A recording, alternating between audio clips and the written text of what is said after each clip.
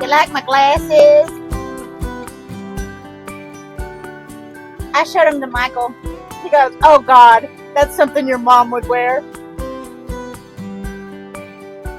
And I seem to think that when my mom was my age, she had a pair just like this. God has wanted me to tell my story for a while, several years, since we bought our land. And I've always been kind of like, well, what if people laugh at me? What if people make fun of me? How do I really know this is God trying to talk to me, telling me, giving me direction? I've been getting the vibe or the feeling that God has been wanting me to tell my story since we bought our property.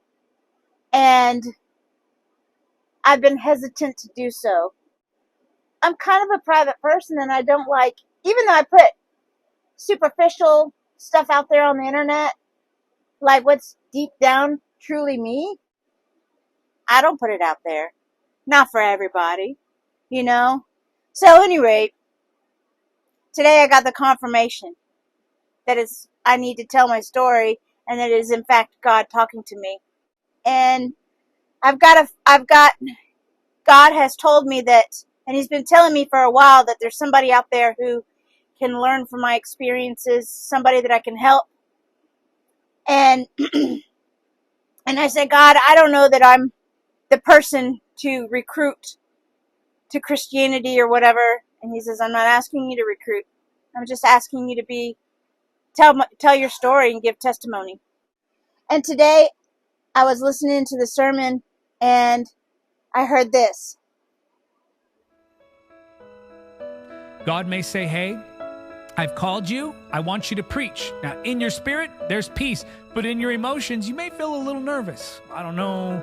How's this going to all work?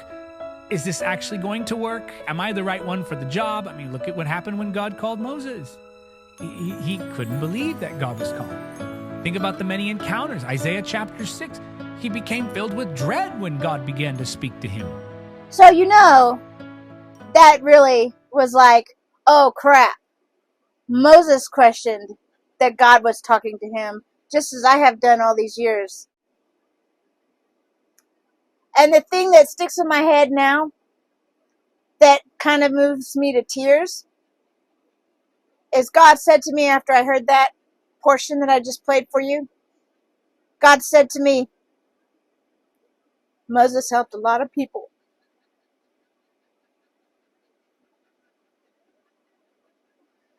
That's a big responsibility. This video here is my most recent occurrence of confirmation that there's a God and the blessing in my life and all that stuff. And it's the most fresh in my mind. So I'm going to give you that story right now. I'm getting ready to do my workout, but I wanted to take a minute. Being out here in nature really does ground me, and it kind of, I don't know, stabilizes the senses, so to speak. Anyway, so I had the craziest thing happen to me the other day.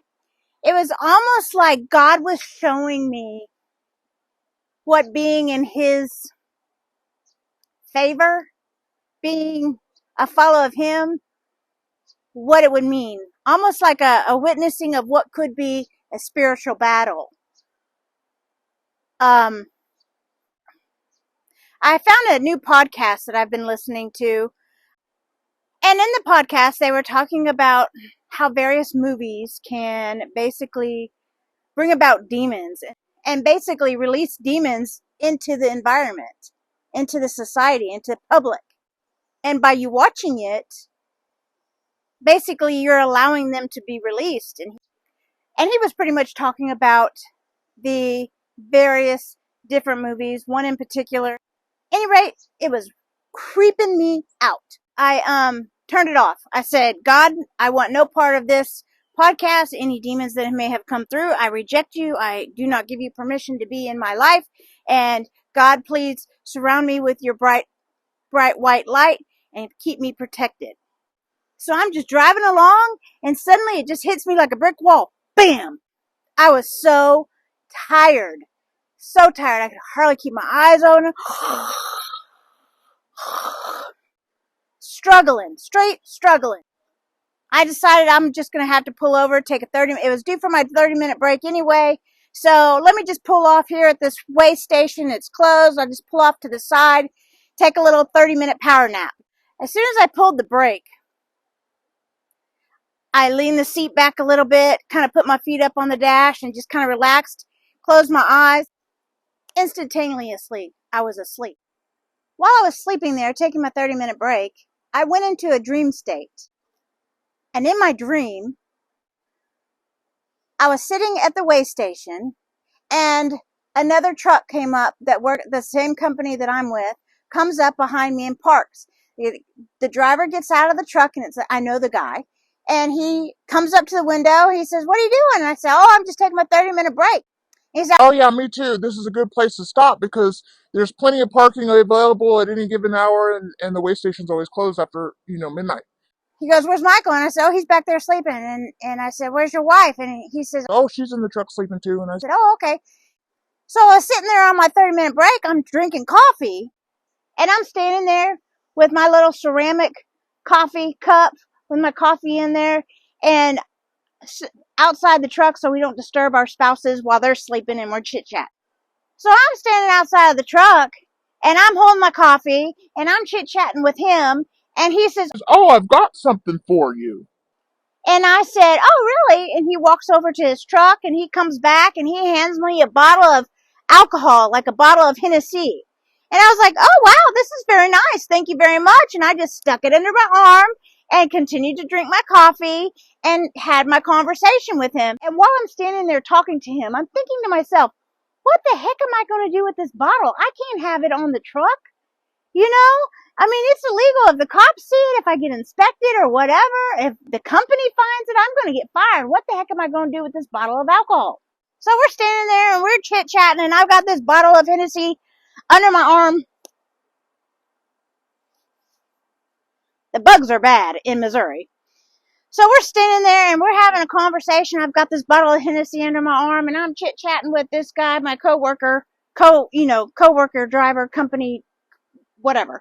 Any rate, and the conversation is coming to an end, and I've finished my coffee, and I'm like, my 30-minute break is almost up. I'm going to go in and see if there's a bathroom, and I'm going to wash my coffee cup, and I'll catch up with you later. And he says, "Okay, I'll see you later." and he goes on and heads over back to his truck. Now let me set the scene for you. The building is here.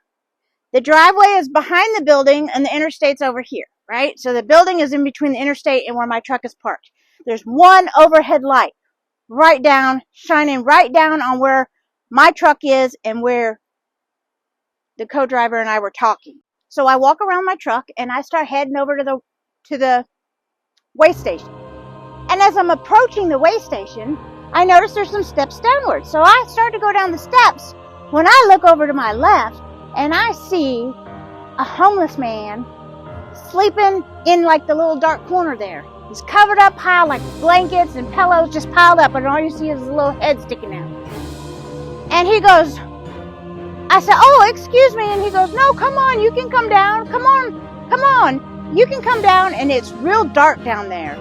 And I said, "Oh, I was just going to look for a bathroom, but I don't really see one over here. So, you know what? Here, I'm going to give this to you because I don't really need it." And I give him the bottle of Hennessy, and I hand him my ceramic coffee mug. And I set it down on the little thing next to there's like a concrete wall, and then the steps going down, and then you have the building that goes into to talk to the way station or DOT officer.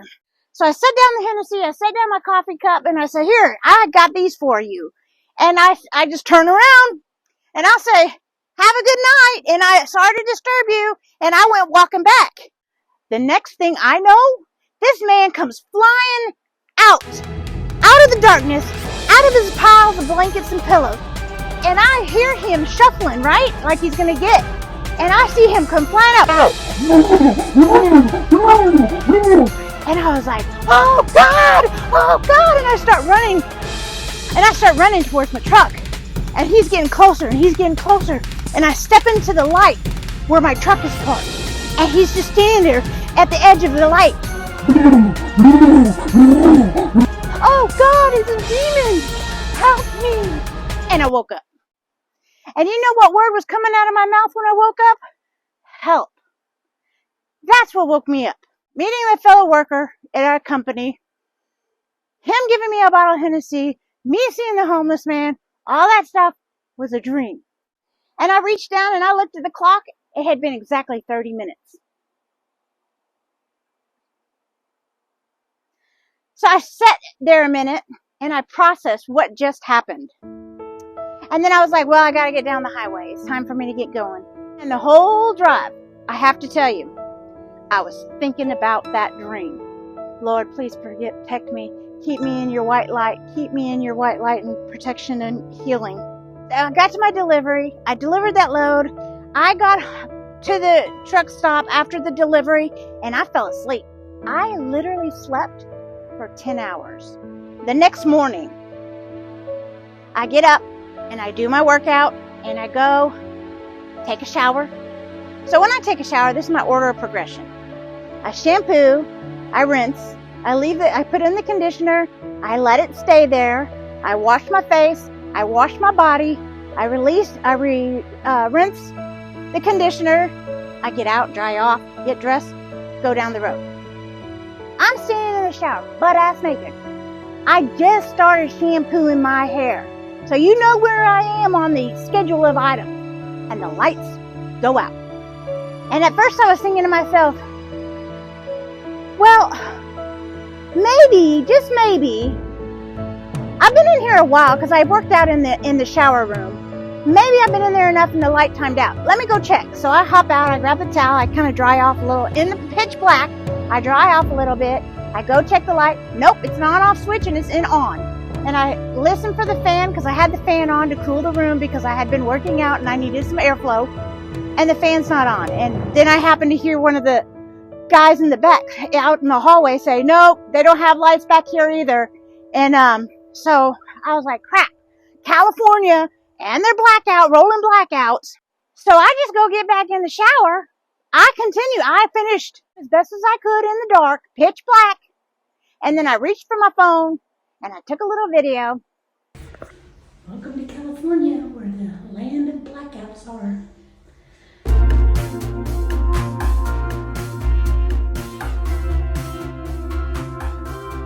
And then I was able to get the light on and I was like, you know what, I'm going to record this because I have a feeling there's a message in all of this for me. So I go ahead and I record it.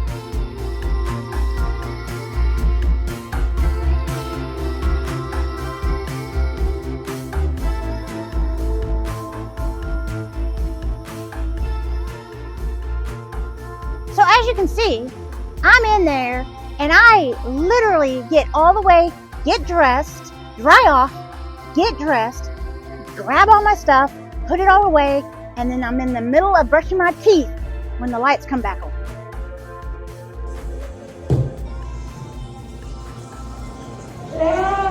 Hallelujah! And I was telling my friend about this, about my experience in the California shower with the rolling blackouts. And she says, girl, I don't know how you did it. I would have been scared. I would have got dressed real quick. I would open the door, try to get some light in there. And I said, I wasn't scared. And she said, I'm scared of monsters. I'm not scared of the people. I'm scared of the monsters. What might be in there lurking around? I didn't have any weird feelings. I wasn't scared. You just never know what's lurking in the dark. And I said, I know. And I used to be scared of the dark. But this one particular time, I was not scared of the dark. Then, this is what sunk it home for me right here. Because I didn't think about it again until I heard this message from this pastor on this YouTube channel this morning while I was taking my break. 1 John 4:18. Such love has no fear because perfect love expels all fear. Fear is the lack, the absence of love. That's where it comes from. There's no security. There's no safety net. But when you are secure in God's love, fear is completely eliminated. And that's when I knew. That was a message, that dream And that experience was a message from God to show me that in my most vulnerable state, butt-ass naked, in a strange city, in a strange town, in a strange truck stop, getting my shower on, no lights, no kind of whatever, I am safe and I am secure in knowing that God loves me. And I just want to say this right here, right now. When I was listening to that sermon this morning, God showed me. And God showed me in my mind's eye what I was missing through this whole thing. You cried out to me and you stepped into my light. And even in your most vulnerable moments, you know that you are safe because you are loved by me.